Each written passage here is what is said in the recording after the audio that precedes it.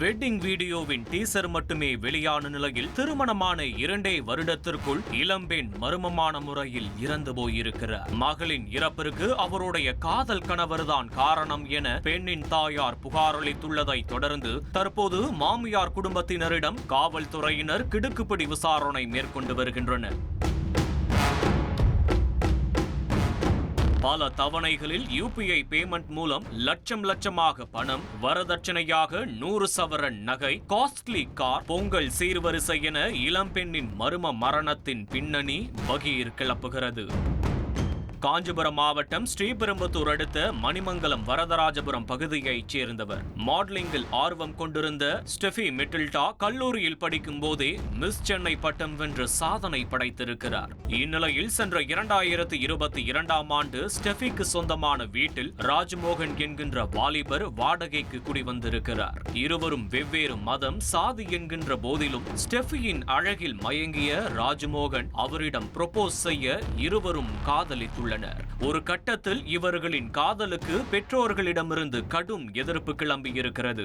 ஆனால் காதலர்கள் இருவரும் உறுதியாக இருந்த காரணத்தால் வேறு வழியின்றி இவர்களின் திருமணத்திற்கு சம்மதித்துள்ளனர். ஆனால் திருமணத்திற்கு முன்பே வரதட்சணையாக 100 சவரன் நகையும் ஒரு காஸ்ட்லி காரும் வேண்டும் என ராஜ்மோகன் குடும்பத்தினர் டிமாண்ட் வைத்துள்ளனர். ஆனால் சுனிதா தேவி இன்னொரு பெண் பிள்ளையையும் வைத்திருப்பதால் 40 சவரன் நகையையும் 2 லட்சம் மதிப்புடைய இருசக்கர வாகனத்தையும் 5 லட்சம் மதிப்பிலான ஹோம் அப்ளையன்ஸையும் வரதட்சணையாக கொடுத்திருக்கிறார். ஆனால் திருமணம் முடிந்து ராஜ்மோகனின் குடும்பத்திற்குள் ஐக்கியமான பிறகுதான் ஸ்டெஃபிக்கு அது காதல் கோட்டையல்ல, அரக்கர்களின் கூடாரம் என்பது தெரிய வந்திருக்கிறது. அவங்களோட கல்ச்சருக்கு என்னென்னமோ அவங்க அந்த செய்யறாங்க. இப்போ சின்ன ஒரு ஃபங்க்ஷன் வந்துச்சுன்னா, இப்போ ஃபார் எக்ஸாம்பிள் பொங்கல் வந்துச்சு. பொங்கல் வந்த டைம்ல எங்களுக்கு தெரியாது, புதுசா தலை பொங்கல் டைம்ல ஹிந்துவிசமா இல்லைன்னா அந்த ஊர் கல்ச்சரான்னு எனக்கு தெரியல.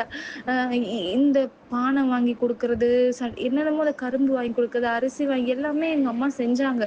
ஆனா எங்க அம்மாவுக்கு தெரிஞ்சதை எங்க அம்மா செஞ்சாங்க. ஆனா அதுவே அவ்வளோ கேவலமா செய்ய மாட்டாங்கன்ற ராஜா எங்க அம்மா முன்னாடியே அவ்வளோ கேவலமா பேசினாங்க.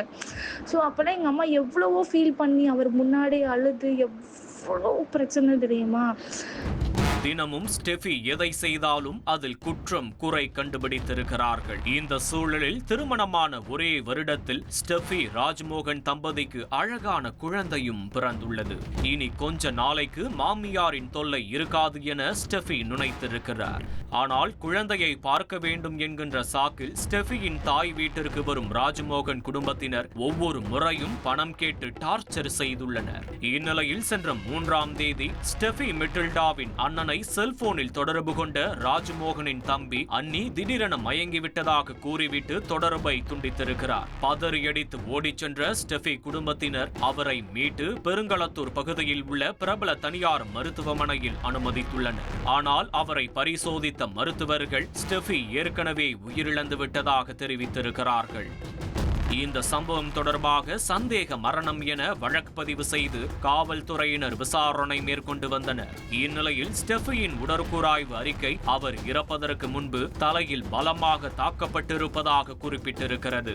ராஜ்மோகன் ஸ்டெஃபியை அடித்து கொலை செய்வதற்கான முகாந்திரம் இருப்பதால் தற்போது அவரை கைது செய்து தீவிர விசாரணை மேற்கொண்டு வருகின்றனர். முழுமையான விசாரணையின் முடிவில் ராஜ்மோகன் தாய், தந்தை மற்றும் சகோதரன் உட்பட மொத்த குடும்பமும் சிறையில் கம்பி என்ன நேரிடும் என சொல்லப்படுகிறது. சப்ஸ்கிரைப் பண்ணுங்க.